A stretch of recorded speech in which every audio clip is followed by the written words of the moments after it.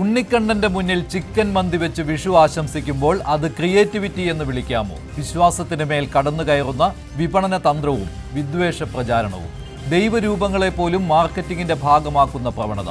വിശ്വാസം ചിലർക്കൊരു സ്വകാര്യ കാര്യമാണെന്ന് പറഞ്ഞ് എല്ലാം ന്യായീകരിക്കാൻ കഴിയുമോ? മതചിഹ്നങ്ങൾക്കുള്ള ബഹുമാനം ഒരു സമൂഹത്തിന്റെ അടിസ്ഥാനമാണ്. എന്തുകൊണ്ട് മതവികാരം വ്രണപ്പെട്ടതായി പറയുന്നു? ഉണ്ണിക്കണ്ണൻ ഭക്തിപൂർവ്വം ആരാധിക്കുന്ന ദൈവരൂപം, അതിനു മുന്നിൽ ചിക്കൻ മന്തി വെച്ച് പരസ്യം ചെയ്യുന്നത് ഹൈന്ദവ വിശ്വാസികൾക്ക് അസ്വസ്ഥതയും അപമാനബോധവും ഉണ്ടാക്കുന്നു. ദൈവചിഹ്നങ്ങൾ വികലമായി വ്യാപാര ലാഭത്തിനായി ഉപയോഗിച്ച് മതസ്പർദ്ധയുണ്ടാക്കിയത് ഒറ്റപ്പെട്ടതുമല്ല. എല്ലാവർക്കും ഒരേ രീതിയിൽ വേദന ഉണ്ടാക്കില്ലെങ്കിലും ആരുടെയോ വിശ്വാസം വേദനിപ്പിച്ചാൽ അത് ക്രിയേറ്റിവിറ്റി എന്ന പേരിൽ മറച്ചുവെക്കാനാകില്ല. ചേർത്തലയിലെ മെഹർ മന്തിക്കടയിൽ ഒതുങ്ങുന്ന ഒരു ചെറിയ പ്രൊമോഷൻ അല്ല ഇത്. ഇത് പരസ്യങ്ങളിൽ നിന്ന് വ്യക്തവുമാണ്.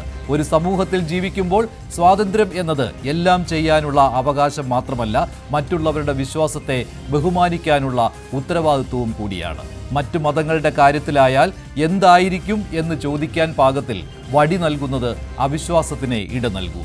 ഉണ്ണിക്കണ്ണനും കുഴിമന്തിയും പരസ്യം നൽകിയതിന് മാപ്പ് പറഞ്ഞത് അംഗീകരിക്കാവുന്നതല്ലേ? ഒരേ സമയം സമാന പരസ്യങ്ങൾ ഒരുമിച്ച് വന്നത് ആസൂത്രിതമെന്ന് ഹൈന്ദവ സംഘടനകൾ ആരോപിക്കുമ്പോൾ പ്രൈം ഡിബേറ്റ് ചർച്ച ചെയ്യുന്നു. ഒളിച്ചിരിക്കുന്ന അജണ്ടയുണ്ടോ?